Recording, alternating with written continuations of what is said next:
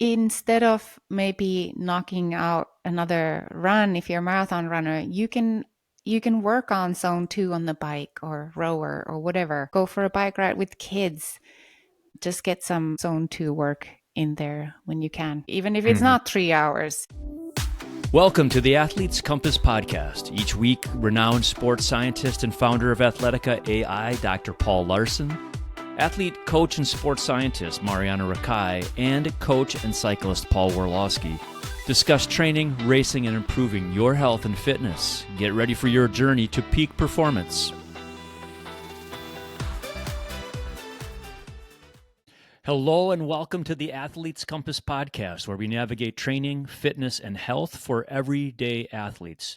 Today, we're diving into Zone 2 training, that steady conversational effort below your first ventilatory threshold, to uncover whether all those easy miles are really worth it. We're going to geek out just a little bit about two studies, one from 2025 that explored why elite endurance athletes continue to rely heavily on low endurance training, finding that it builds mitochondrial density, fat metabolism, and long-term durability. And we'll explain what all that is talking about. And second, we're looking at a second study in general from 2023 that tracked 17 world-class skiers and showed that as they improved from the junior to the senior level, the big gains came from increased low-intensity volume rather than more high-intensity training. So we're going to include links to the studies in the show notes, but let's start with the basics. What exactly is Zone 2 training, and how does it relate to that first ventilatory threshold or easy endurance effort? So there's a few terms to define as well. Nice. Yeah. So what is Zone 2 training? Keeping it super simple, it's training within your Zone 2. So if you have your Zone 2, if you know what that is in Athletica, and this is typically, it's above your Zone 1, but it's below your first ventilatory threshold. And what is the first ventilatory threshold? Well, it's, if you're doing a step test, a progressive exercise test, you will find this. And if we geek out a bit, it's where ventilation all of a sudden just starts to rise a little bit. And it's also associated with the first, what's called a 1 millimole rise in your lactate threshold. So lactate all of a sudden goes up 1 millimole above baseline. And of course, you have a ventilatory buffering system. So your respiration increases. You start breathing a little higher to accommodate for that heightened lactate, right? But that's in the laboratory, and that's geeking out. But keeping it super simple for when, like, what this feels like when you're exercising, it feels like steady, challenging work, but you can still maintain a conversational kind of pace. But you're out there working, you're grinding it out. It feels steady, and time at that steady pace, like you're saying, with all these studies, Paul, across Norway and all the various different successful endurance athletes, campaigns, more time progressed over a lifetime or a career tends to be associated with enhanced performance. And a lot of it comes down to just like fat oxidation at the end of the day. Just you're able to burn that unlimited resource that you have stored in you, and you just have easy access to it in any given moment, and a real high like floor ultimately that you can build everything else on top of. So you're basically, these athletes, they can just do such high workloads and they do it easy. And again, training athletes like I have, it's just amazing what they can do aerobically. Like, they just all day. It's fun to go for rides with these guys because you're on the bit and you're just really working, and they're just laughing, right? Like, they're just like, there's nothing for them because they've built this level. So it's just so high, and they're just so aerobically efficient. It's like when we went mountain biking a few years ago. Yeah, but not anymore. I was But dying, it's exactly man. that. Exactly. Yeah, that was it. So yeah, so tell the story, MJ. So we had just moved from Dubai. We were in BC, and Prof and we went for a mountain bike ride. He was chatting, and I was just struggling to get out couple of words, and he was asking questions, and I'm like climbing up that mountain, trying to So one of talk. us was maintaining conversational pace, but the other one wasn't. The other one was not, and every like couple of minutes I had to stop. Yeah, but not anymore. I had no aerobic base. But now you do. Yeah, it was really, and he like I was so impressed. Like, oh my God, he's so fit, and like I am dying here. And I thought I was like I was relatively, I had done Ironmans and half Ironmans, but I was struggling to climb up that mountain. Yeah. But it's the same for me too, right? I go train with some of my world champions, and yeah, they make me feel the same. Everything's relative, Yeah. right? So Mhm. Yeah, it's the beauty of velocity. When I did those rides with Ironman champion on velocity, we're both pushing it, but his watts are considerably higher than mine. So let's unpack a lot of what you said, Paul. The many athletes describe zone 2 as the pace where they can talk comfortably but breathe a little more deeply. Does that line up with the physiology? Is that a good way of validating our workouts in zone 1? yeah, they can. Yeah, for sure. Well, it's again, remember what we're looking at here and all these phenomenons that MJ and I were kind of describing and Paul was describing is related to the ability to burn fat. And when we burn that fat, it's the byproduct is simply carbon dioxide and water. So there's nothing that is ultimately a nauseous byproduct. It's carbon dioxide at the end of the day, we just breathe this out. So to get that energy, that furnace firing in our muscles, it's just this is why we're having the observations that we're making it, where the person that's fitter than us it's amazing, but that's at the end of the day, they're just better fat burners than us, and they're just when they're breathing, and you said breathing deeply, yeah, I guess they are just breathing deeply, and then they're ridding that carbon dioxide, and it's as easy as breathing, right? And they don't have to necessarily hyperventilate to buffer that out, whereas in the situation where we're the less fit of the two people, you do have to hyperventilate a lot more, right? You're going over what's called the ventilatory threshold, because your buffering system, the bicarbonate buffering system, has to come into play to buffer the lactic acid, to get rid of the ultimately a lot more of carbohydrate oxidation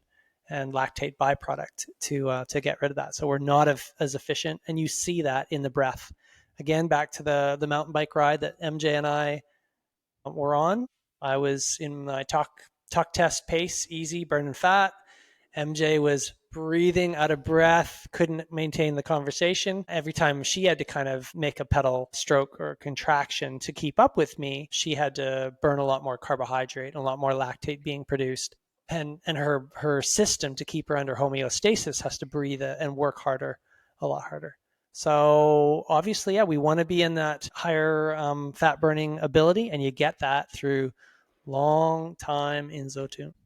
I would actually say breathing relaxed and almost like you're not even thinking about breathing at that stage, instead of breathing deeply or deeper.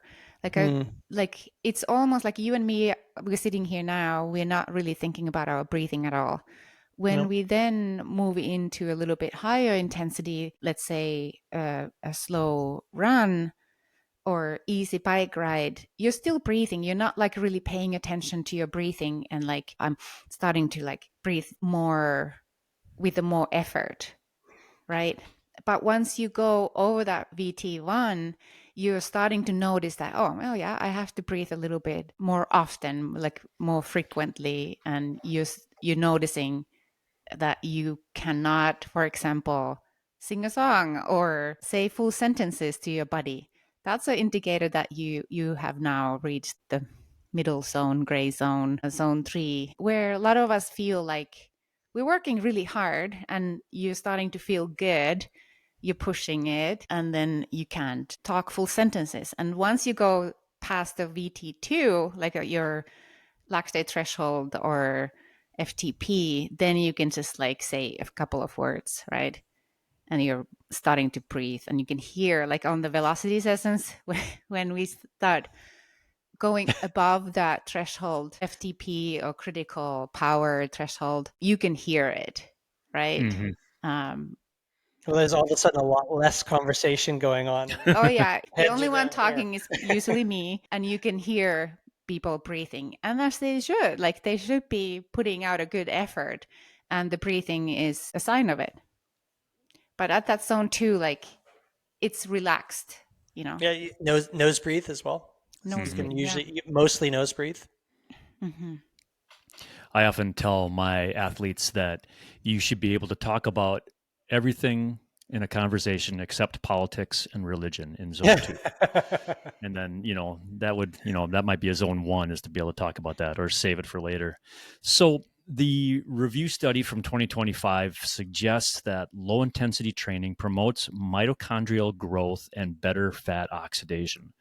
Let's get into the weeds a little bit. Why do those changes matter for endurance athletes, even those who aren't elites, especially for those who aren't elite athletes? Yep. So your mitochondria, what are those? First and foremost, your mitochondria. We've spoken about them before on the podcast. We can't take for granted that everyone knows what these are, but mitochondria are the organelles in your cells, the components of your cells. Remember, we're all made of cells that produce energy, and they can burn the substrates, the fuels that we eat. So when you eat your food, protein, fat, or carbohydrate, eventually it all gets down and broken down so that it comes in and gets burned in that furnace, which is the mitochondria. And the one that burns the best is the fat, ultimately, at the end of the day. And that's what that review article is saying. And as I led off with, when it's burnt, the byproducts are just at the very end of the chemical reaction, it's carbon dioxide and water. And the more you can do that by burning your stored fat, then the better the more efficient they ultimately are. So yeah, so it's the study, or the study's absolutely correct, Paul. Mitochondria, fat burning, and they go hand in hand with high volume, low intensity training as the base. Now, of course, we shouldn't just do that. I don't believe you get the best signal or best overall cascade of improving your performance, I believe, when you have both that 80% of your training in that zone two. But I believe you can get a little bit more bang for buck when you place a small number of key sessions on top of that, such as what we're talking about, like the HIIT sessions on velocity, such as what you would see within Athletica, where just there's one or two key sets that are sprinkled into your week, and then you get this beautiful cascade of all the signals going into to develop your profile. And is the mitochondrial growth, is that more mitochondrial, or they get bigger? There's the density of them increases. I'm not actually sure about the actual size per. I think it's more the numbers of the Okay. mitochondria that you get. In the 2023 study comparing the junior and senior level skiers, they found that the elite senior athletes didn't gain more by doing extra intervals. They gained more by doing more easy training. What does that say about how fitness is built over time? Well, I guess that is suggesting that fitness is built by progressively increasing exercise duration at low intensity. That's it's suggesting. And, I would ask that back to Mariana's observations when she was in the Norwegian sports school system at Olympitoben and others. What did you see in terms of the success of the Norwegian method, MJ? Well, when you asked this question, the first thing I was thinking, and I would like to see talk to the researchers, was, so if we're looking at junior versus adult skiers, what happens during the transition, right? Junior athletes, they still have, school. They have all these other things that they have to do. And part of the Norwegian system is the sports high schools, right? So they are doing their training during school hours. but they still need to do schoolwork. So when you compare from juniors to adults, it naturally kind of progresses. You have more time when you're a pro athlete, an adult athlete. You don't have that overall load of studying as well, and you have to take that into consideration when you're coming from a junior years to an adult. So like that's the context that is in my mind when I see this study, right? Mm-hmm. But I don't know. I know I didn't answer your question, Prof. No, I think you answered it perfectly. I think Mm-hmm. like it's the context of the observation may be related to the setup of the time management of Mm-hmm. the of what's actually needed, right? So yeah, the time management of what is actually required at Yeah. that by those individuals. I'm actually taking a course, like a CEO course with the Norwegian School of Sports Sciences, and it goes into exactly this topic. It's about smart training for youth athletes and preventing injuries. And they talk about the overall load that youth athletes face. Like they have the family, social interactions, training, competitions, different sports that they're doing. Because in Norway, they really emphasize that it's important to become a overall healthy, good athlete by doing several sports, right? Mm. But it's all going into this backpack of total load. So it's really interesting when you're looking at this study suggesting that more training is better, right? But when you look at the youth athletes as a group, there's a lot more than goes into that backpack of total load. And that I think it's important. Because if you just put in competitions and high intensity interval training without that overall consideration of the total load, which is also family, nutrition, sleep, social media, social interactions, it is a completely different picture than what the adults face. Like when you're a pro athlete, you can take a nap, right? You can focus on all those recovery systems and all that, but the youth don't have that. They still need to go to school and navigate their own lives.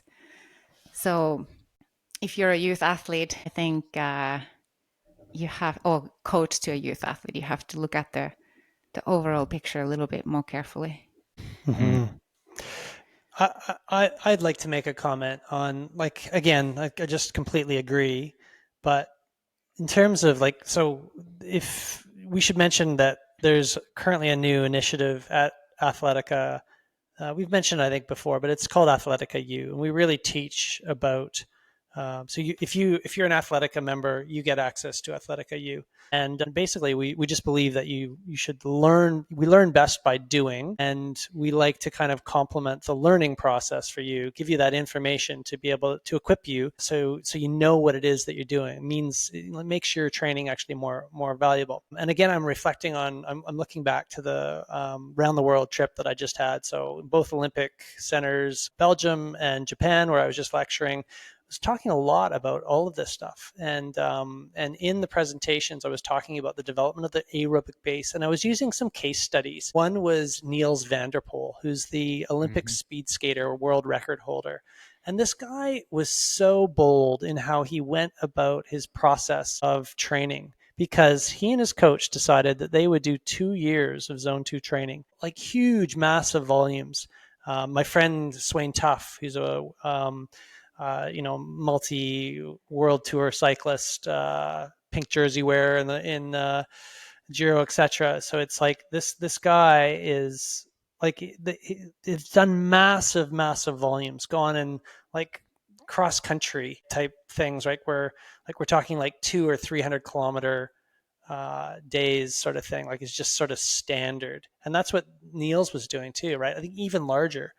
When I'm talking zone 2, this guy did big zone 2, right? Like 10 hour days zone 2 sort of developed, and developed it on the bike.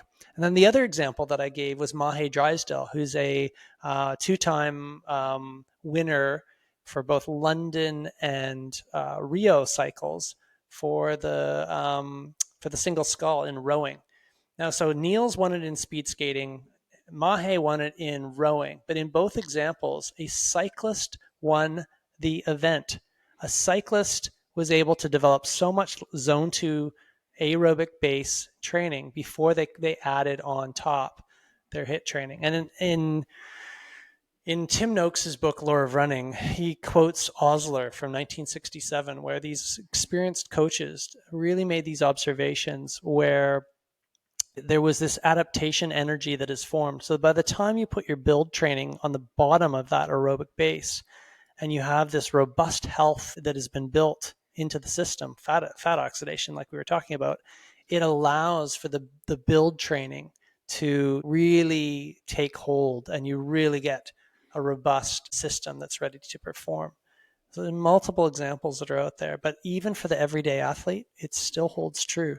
So if you have the time, and we all have the time constraints. Mariana was talking about the sports school system that had those time constraints, and we've all got them. But if you can try to find ways of adding on aerobic zone 2 training, it just facilitates everything to allow you to build on top of it. And that, at least these studies that we're talking about, and anecdotally as well. And I think also the same principle applies to older athletes and adults who have work life, family, and all that. Like you have to look at the total backpack of load, right? And instead of maybe knocking out another run, if you're a marathon runner, you can work on zone 2 on the bike or rower or whatever. Go for a bike ride with kids. Just get some zone 2 work in there when you can, even if it's Mm-hmm. not 3 hours. Totally. We talk about Cindy Maloney. I talk about her program a lot. I'm sure she won't mind me saying, but like when she's training for a marathon and whatnot, I see on her schedule, she's talking about, she's just walk to work or jog to work. Like she's just trying to be efficient by adding on zone 2 training when she can. And that is the art of what we're all sort of navigating. There's a lot of people that do commutes, commute to work, bike to work. It's a great idea. How can you just think about your own context? How can I potentially add that zone 2 training on? It's not junk miles. It's been given that name, but it's just I don't believe in that at all. I think it's very useful, and you're creating the adaptation energy so that when you do your key sets, you will adapt. Remember that in the Ingvild Oden study from Norway that we've talked about before, in her 2 groups, this was, remember that the athletes that adapted and they could compete at a higher percentage of VO2 max and adapt to the HIIT training, they were the ones that had significantly more training volume, base training, than the others that didn't. The science is pretty clear to me. Mm-hmm. And this is what they found on this study from junior to senior level. The heat sessions didn't increase, but the low intensity did. Mm-hmm. Ellen Cousins has said this before too, right? Like if you've, again, if you're developing that robust health that Osler was talking about, it's probably related to basically the autonomic system, right? The parasympathetic balance is in place and you've got all the recovery mechanisms working really well. So, and then if that is the situation, then you will adapt to your HIIT training. Right? And this is probably why all the HRV training studies actually work, is because HRV is stable, and then if HRV is stable, then you will get a big bang for buck when you do a HIIT session. But if it's not, and that's all absent in your life, and then you do your HIIT session, again, as Alan Cousins says, is just you can actually go backwards. You can actually get worse. So you'd never think that, right? But you could do a HIIT session and actually go the other way. That makes no sense at all. But according to this model, it actually could happen. So you can't put the cart before the horse, as they sometimes say. I mean, I think this is the crux of the issue is for a busy masters athlete who has time constraints, maybe let's say 6 hours a week. How much time should be spent in zone 2? A lot. Okay, well, Yeah. if I had somebody who has 6 hours, I would definitely, depending on what the sport they're doing and what their strength level at the beginning is, but I would do a strength session followed by heat session. Like I would do like a super hard one session a week that hits two nails, that's strength, and the heat session at the end. So do start with the 4 times 30 30s. Just knock it out. You'll be exhausted after that, but then the day after you can have a day off, or you can go for easy 30-minute zone two, and then rest zone two. Super simplified. That's what I would start as a base. Yeah, I would take a balanced approach as well. I was like, I wouldn't do all one or the other, but I would try to have probably a balanced amount in there. Whether it's an hour in the red zone kind of thing total if we're looking at 6 hours, but possibly 5 hours in the zone two. But then it's like not 5 hours in 1 hour. It's like it's all blended and mixed up there. So Mm-hmm. you're getting a balance of signals throughout the week. And again, remember that frequency really plays a big part too, right? So how can we? Is there potential for us to break up the work periods so that and when I'm saying work periods, like sitting at your desk, right? Like, can you break up those sedentary periods and have exercise snacks in this is sort of balanced format? That's probably a better method as well, right? So yeah, I'll say Mm-hmm. that there.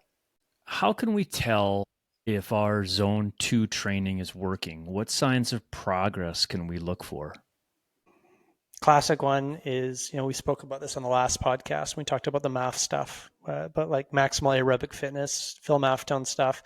If you all of a sudden start moving your external load, pace, or power at a better rate relative to your heart rate, you're making progress because that suggests that your heart's not having to beat as hard for your whole metabolic system to work. Again, you've probably enhanced the fat oxidation. So because you're doing things easier, and that's what we want to see. That's why the whole MAF method works, because fat burning is taking up more of the proportion of the job of moving you physically. And there's less overall stress in your system to do that. That's what we want, life to be easy, right? And if you do your training right and develop that aerobic foundation, then it makes all of our lives a little bit easier. That's the goal. Hmm. If you start knocking out your regular 30 30s with a lot higher power, I'd say that's Ooh. probably thanks to your zone two improvements. Mm-hmm. Is that, that from personal effect there, MJ? You know it. So end of one, end of one. Yeah, I mean, and we're talking big. We're talking like almost 100 watts. Like it's massive what you've done. Like again, back to where we started, the mountain bike ride, where we didn't have that aerobic foundation, and you weren't passing the talk test very well. And likewise, your overall output, your big power output wasn't that high. Mhm. And then 2 years later, aerobic foundation, and now you're putting in huge power and giving Prof a run for his money. We gotta go back to that mountain one day. Yeah, we do. We will. Now that you're fit and ready to go. Yeah. Yeah, Mount Ariel. What do Hey, you bro. what do you see, Paul? Yeah, I was just going to ask about the efficiency factor on Athletica, the EF. That's a sign as well that, you're becoming more efficient because you're able to put out more power or pace at a certain heart rate. And that seems to make a big difference. Absolutely. Yeah, you got the data right there in front of you. You can see the number increase as we go. Can I add something? Yeah, of course. Last week we talked about the ego and the zone two, and how some people, like myself, find it hard to be honest with themselves. Zone two, when their effort starts to increase. I find that when I've been really good restricting myself and staying lower at the zone two, it starts to feel easier, Mm. and eventually the pace starts to improve. But it takes a lot of self-control.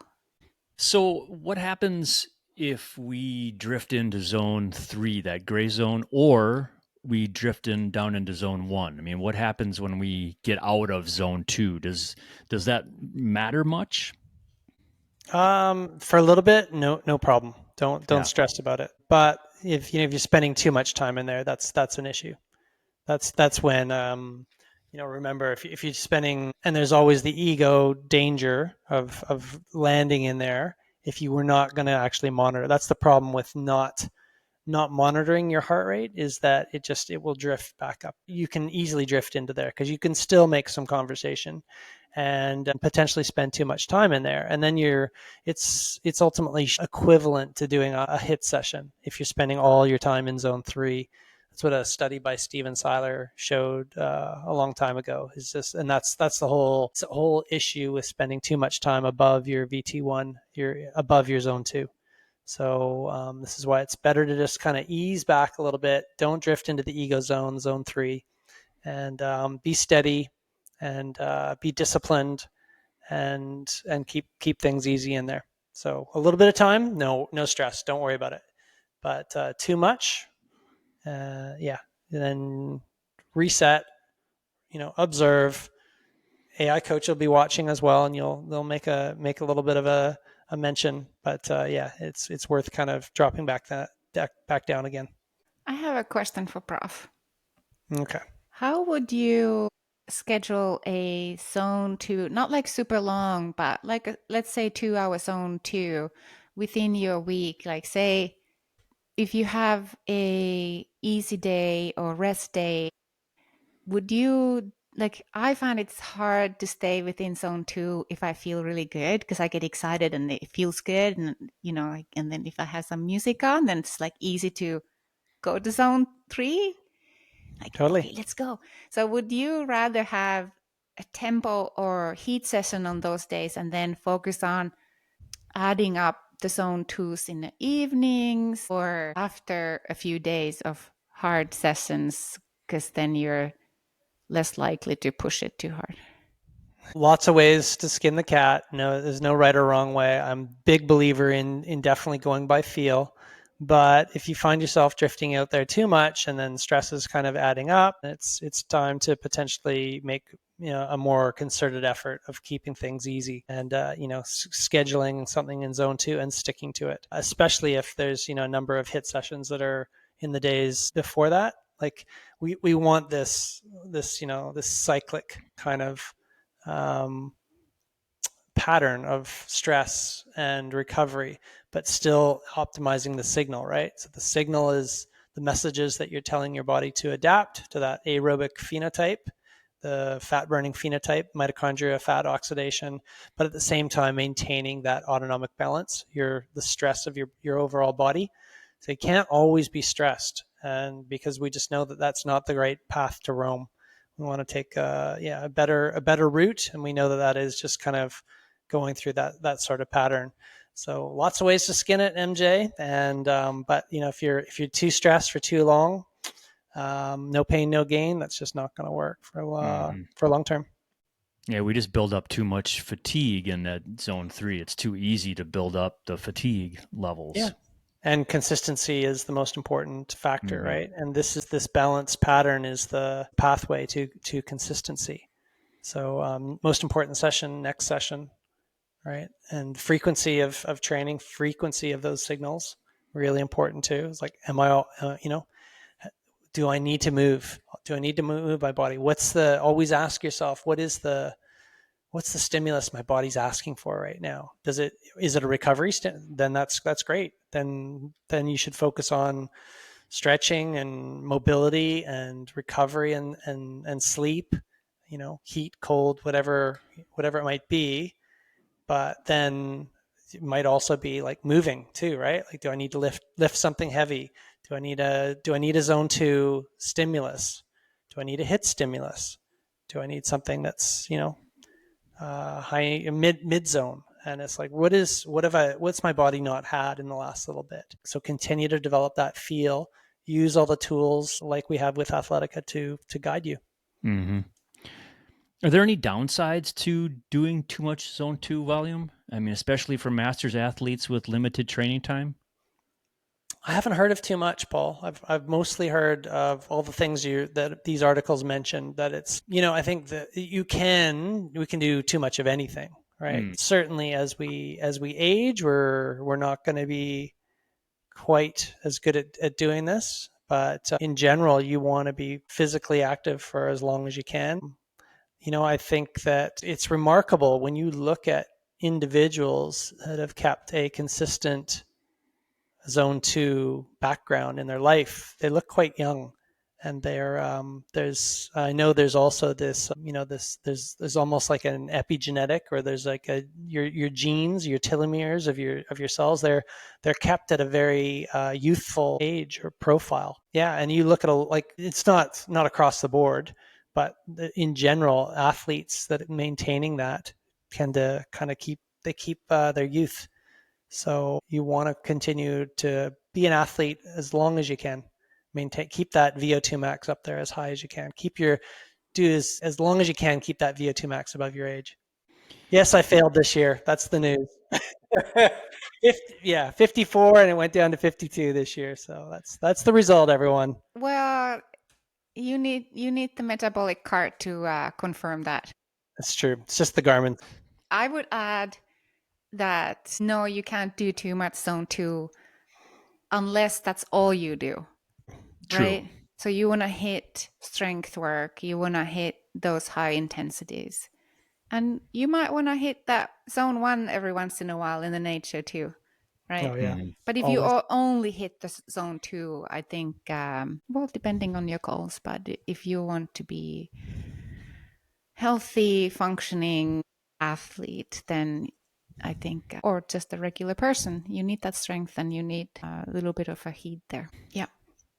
So if we are going to summarize for everyday endurance athletes, why does consistent, easy aerobic work remain the foundation, really, of long-term endurance performance, and how can we do it smarter? So how would we summarize what we've talked about? Leave the ego at home. Leave the ego at home. Stick with your zone 2, Paul.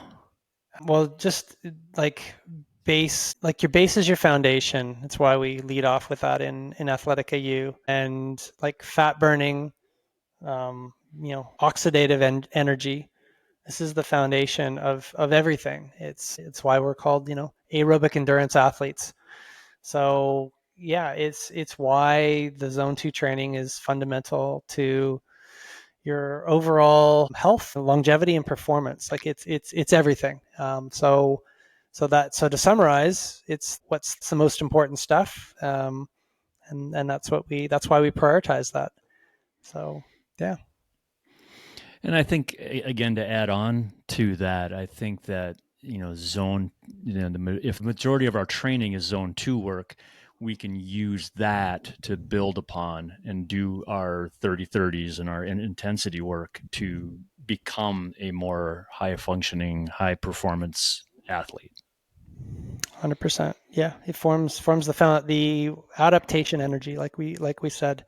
So yeah, it doesn't dismiss the high intensity stuff, but it will make you adapt to the high intensity work. Thank you for listening today to the Athletes Compass podcast. Take a moment now, subscribe, share, and let's keep navigating this endurance adventure together. Improve your training with the science-based training platform Athletica.ai and join the conversation at the Athletica Forum. For Mariana Rakai and Dr. Paul Larson, I'm Paul Worlowski, and this has been the Athletes Compass podcast. Thank you so much for listening. We hope you enjoyed another episode of the Athletes Compass podcast, your North Star through the sometimes complicated world of training for your endurance sport. We appreciate your comments and training questions and your 5-star reviews. For a deeper dive into the science of endurance sports, listen to the Training Science podcast and check out the adaptive AI training platform Athletica.ai. Thanks for listening.